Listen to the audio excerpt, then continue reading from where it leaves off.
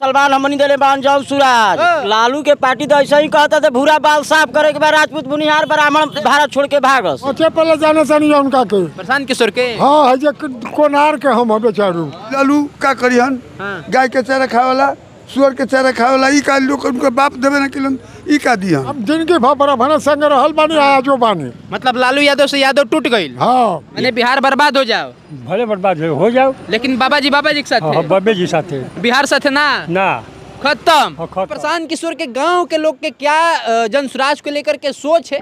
यहाँ के प्रत्याशी जनसुराज के रितेश पांडे करगहर विधानसभा के, इस पे भी हम बात करेंगे। इसके अलावा जनसुराज के सूत्रधार प्रशांत किशोर जी की नई नई पार्टी पे भी बात करेंगे, खुद प्रशांत किशोर पे भी बात करेंगे। देखिए प्रशांत किशोर के नाम सुन ले रहा जी हाँ खूब सुन ले बनी खूब। प्रशांत किशोर हमनिए के आइए ये उनकर बाबूजी डॉक्टर रहन श्रीकांत पांडे जी हाँ ये डॉक्टर रहन आ एजे से फिर शाहपुर गिलन शाहपुर से बक्सर गिलन। मतलब प्रशांत किशोर के नाम से परिचित बने खूब परिचित बने। उनका बाप के नाम से परिचित बन जाओ तो प्रशांत किशोर के कहो।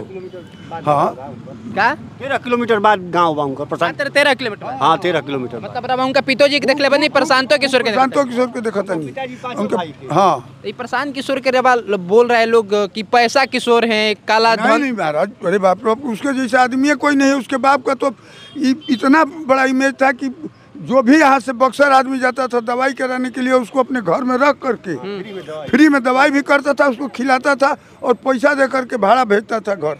तो जितना बिहार के नेताजी लोग हैं चाहे सम्राट चौधरी हो चोर चार उनके बात बतियाता ही रुआ बाबा जी दिया हमने का मैंने बिहार बर्बाद हो जाओ भले बर्बाद हो जाओ लेकिन बाबा जी के साथ बाबे जी साथे बिहार साथे ना खत्म खत्म भले हो जाए। माने बाबा जी खराबो प्रत्याशी तो बाबा जी के दे दी हैं। हाँ दिया ही रितेश पांडे कैसन प्रत्याशी बने बढ़िया बान। प्रशांत किशोर के नाम सुन ले प्रशांत किशोर नाम के सुन ले हम प्रशांत किशोर के नाम नहीं सुन ले ना डॉक्टर श्रीकांत पांडे के ना मम्मी का राकेश पांडे दिया गाँव में वो खड़ा नहीं कर जमाने वो लोग जाना था ना। हाँ अच्छा जानते हैं वैसे बोलता नहीं। अच्छा कम सुनी ना चाचा ये बड़ा यहाँ के कहता नहीं बाबा जी हम नहीं से बाबा जी के वोट दिया इनका का नाम किसे बड़ी हमने के दबा गल बन जा ए पार्टी से ये दाब देले बा ई पार्टी के से हमनी लालू जी के पार्टी दाब देले बा नीतीश कुमार जी पार्टी कोनो हमने के फैसिलिटी या फायदा नहीं खे पार्टी से कुछो एको नया पैसा के ना जैसन बन जा तैसन हमनी के रख जा।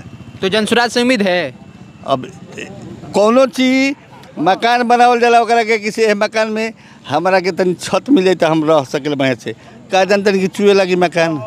तो किसको आप सोच रहे हैं किससे इस बार जीता से हमके बदलाव चाहते हैं कि बदली सरकार अगर ई ना ठीक हो तो फिर दूसरा सरकार तो ई दुन चोरवा ना। रितेश पांडे तो हीरो हैं अभिनेता हैं आपके करगहर में कितना दिन रुकेंगे परमानेंट रहियन भरोसा है। हाँ हाँ पक्का जनसुराजी है क्या आप जी पीला गमछा दिखाई दे रहा है जनसुराज है जनसुराजी है प्रशांत किशोर को जानते हैं जी कैसा आदमी है वो अरे गरीब के लिए अच्छा आदमी गरीबों के लिए मसीहा है का दादा बचे पहले जाने से नहीं उनका के प्रशांत किशोर के हाँ है जे कोनार के हम बेचारू हाँ मिलल बनी के उनका के हम कितना दिन सेवा कैले बनी फरकल बतिया देखो हाई बराबर बना ना हाई जा सीओ बा ना जा सुन लो हमार काम पैसा लेके दूसरा के करता हमार कागजात रहते वही बराबर में कर्मचारी अच्छा कहता कि ना सब कर्मचारी कि इनकर कागजात सोर हुआ ना बा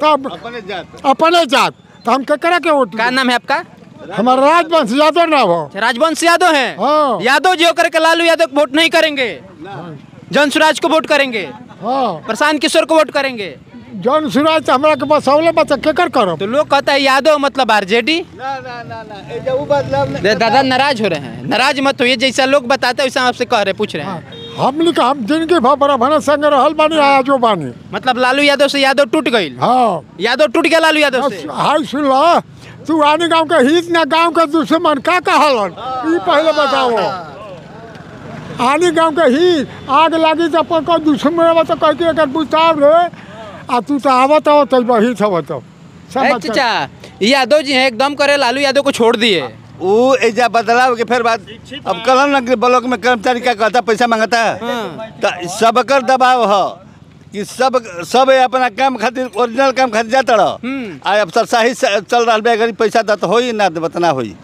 सही बोल रहे हैं। मतलब यादव जी लोग भी अब जनसुराजी हो गए हैं, जनसुराज को वोट करेंगे। आए दिन सभी लोग नेता बनने के लिए उत्सुक रहते हैं।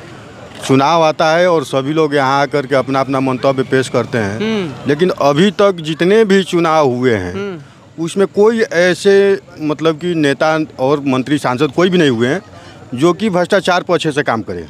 ठीक बात है। भ्रष्टाचार जो है एक ऐसी समस्या है को पब्लिक से लेकर ऑफिसर तक सभी उसमें लिप्त हैं। वो ठीक। अगर जो चीज़ है उस पर जो वर्क करता है अंकुश कौन लगाएगा?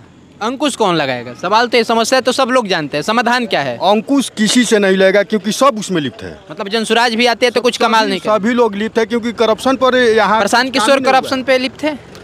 कुछ सभी लोग कह रहे हैं। अगर नहीं ये नहीं कहा जा सकता है तो सभी लोग में तो भी आएंगे ना। हाँ आएंगे ना। तो वो करप्शन करते हैं। करप्शन नहीं करते हैं तो इतना मान के चलिए एग्जाम्पल डेट कि इतना बड़ा बहुत सारा करप्शन है। वो तैयारी में है लूटने की, सब लोग लूट चुके हैं। सबका बारी बारी से तैयारी आ रहा है, सब अपने अपने स्तर से आ रहे हैं। फिर कोई काम नहीं कर रहा है। मतलब प्रशांत किशोर लूटने की तैयारी में है। कहाँ सब तो वही कर रहा है ना भाई, हम किसी को नहीं बोल रहे हैं। देखिए सभी नेता है। कोई लूट लिया है, किसी का बारी है, सब अपनी बारी का इंतजार कर रहा है। जैसे हम अपना कर रहे हैं, कोई और अपना कर रहा है, कोई और अपना कर रहा है। क्या नाम है आपका? सूरज पांडे।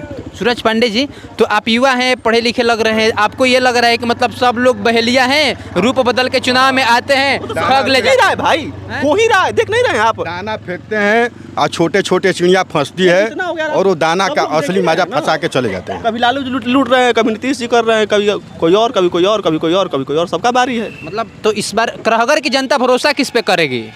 करहगर की जनता है तो करहगर की जनता का मन का है। आप किस पे? आप कहाँ की जनता है? वोटर आई कार्ड नहीं आपका? की तरफ से है। लेकिन आप एक तरफ करे वो लूटेंगे भी, मतलब और उनको लूटने का मतलब हम नहीं बोल रहे हैं। क्या है कि देखिए बदलाव जरूरी है, परिवर्तन चाहिए, लेकिन इसका मतलब ये तो नहीं है कि अब कोई आए और कोई कह दे कि हम पूर्ण रूप से करप्शन खत्म कर देंगे। इसी लोकतंत्र में एक आदमी के पास रहेगा तो उसको वो नाजायज फायदा उठाएगा ही उठाएगा, क्योंकि वो सोच रहा है कि रितेश पांडे आप लोग से मिले? रितेश पांडे आपसे मिले? क्या नहीं मिलेंगे? तो लग रहा है उनका तो मिलेंगे नहीं। समीकरण क्या बता रहे, जीत रहे हैं या फिर पस्त हो जाएंगे? समीकरण तब तो आप देखते रहिए। फिर क्या भैया? जीत रहे हैं। जीत रहे हैं? हाँ बदलाव होगा। क्या लग रहा है दादा, जनसुराज जीत रहा है या फिर हार रहे हैं करहगर में? हम तो अभी कुछ न बताइए, हमने क्या कुछ ना बताइए ना।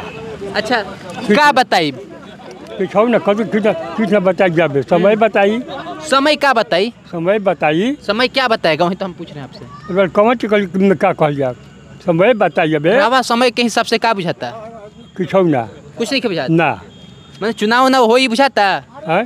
चुनाव हो ही। चुनाव हो ही हाँ तो चुनाव हुई तो रितेश पांडे जीत पाएंगे? रितेश पांडे जीत पाएंगे? ठीक। रितेश पांडे और भगवान जानता, हमके क्या जानता नहीं है। रवा वोट मारब तब ना भगवान जनी है। तो मराई ना। रितेश पांडे मराई वोट? मराई तो फिर रवा कुछ बताओ ते नर नहीं है। मराई ना। चलिए दादा क्या माहौल है? बड़ा हंस रहे हैं। मतलब जनसुराज पस्त हो जाएगा क्या कर घर में? नहीं, झंडा किसका बुलंद रहेगा? जनसुराज का। जनसुराज का। क्या ऐसा बात है जो जनसुराज में आपको अच्छा लग गया? मैंने सरकार बदलना है, न्यू सरकार बनाना है। सरकार बदलना है, लेकिन दिल्ली से अमित शाह जी, मोदी जी आते हैं, कहते हैं डबल इंजन की सरकार बहुत विकास की रफ्तार पकड़ चुकी है बिहार में। तो आप कह रहे विकासो नहीं हो रहा है, सरकार हटाना है, करे हाँ तो फिर अगला बार में होगा। आप सुनम ना आए।